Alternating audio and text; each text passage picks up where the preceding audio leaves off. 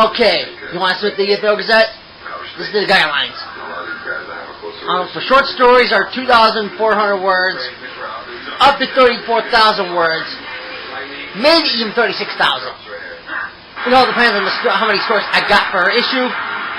And for issue 13, I'm looking to balance out the longer stories with the short stories. I'm looking for a few creative non-fiction stories that are very dark in nature also. Send them as a PDF, as a doc.ab, I'm trying to figure out the point there. It's kind of hard to explain, but I'll put the format on the description. Then OTD, which is Open Office Documents, WPS,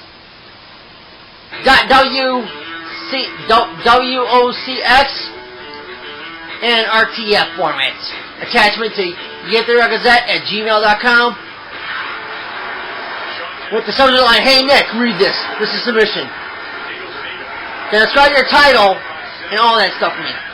No erotic content whatsoever. I mean that. This is a strict rule that Nickolaus Press has. If you're going around seeing that one that goes around as Twitter, real Nickolaus, no, that ain't Nickolaus Press. So, if you want the Twitter stuff from me, it'll be Pacione for everything. My domain will be set up within the month of March, maybe even April. Right now I'm just taking my time doing everything.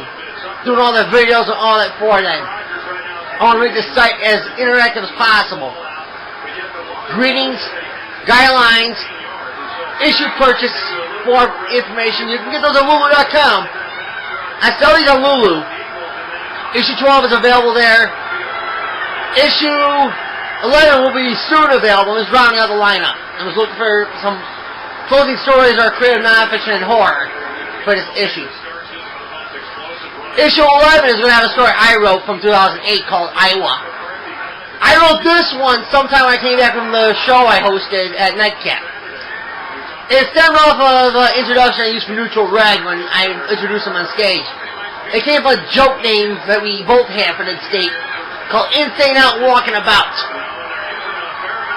It originally came from a local who I was hitchhiking to get to Mason City to see my then ex. Well, at the time we were still together, but now, good riddance to the bitch. For that matter, I don't tolerate plagiarism, so if you're trying to send me a story that answers my work with your name on it, you're toast. You know, don't be a David Boyer. I have issue 6 available for sale, but it's a private sale. That means if you want it, you have to send me the money via PayPal and I get to you, ordered to you directly. Meaning I don't stock these online, but if I do a signing somewhere in Chicago, I'll stock them secretly. It's because I have an interview in that one which I composed for the first time in the magazine. I did an interview with a horror hostess. I know this on a whim on a Friday. Colin McGuire gave me about this one horror hostess. I was just curious about her because we have a horror host of our own in Chicago. This horror host in Chicago I grew up watching since I was a kid with my mom. And we saw Swanguli on this channel. And I saw the son of Swanguli between my teenage years up to my adult life.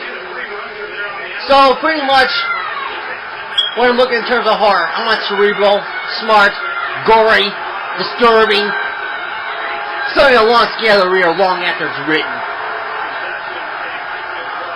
If you want a good gauge of what I want, go to WritingsFromTheGrave.com and read some of my own work. If you want to see a creative non-fiction story that's disturbing, pick up issue 5 and read the Pattern Diagnosis. This one is a favorite of mine that I've written. It's also a fan favorite, especially with issue 5 breakouts. And also a lot of the writers in my magazine also illustrate their own work.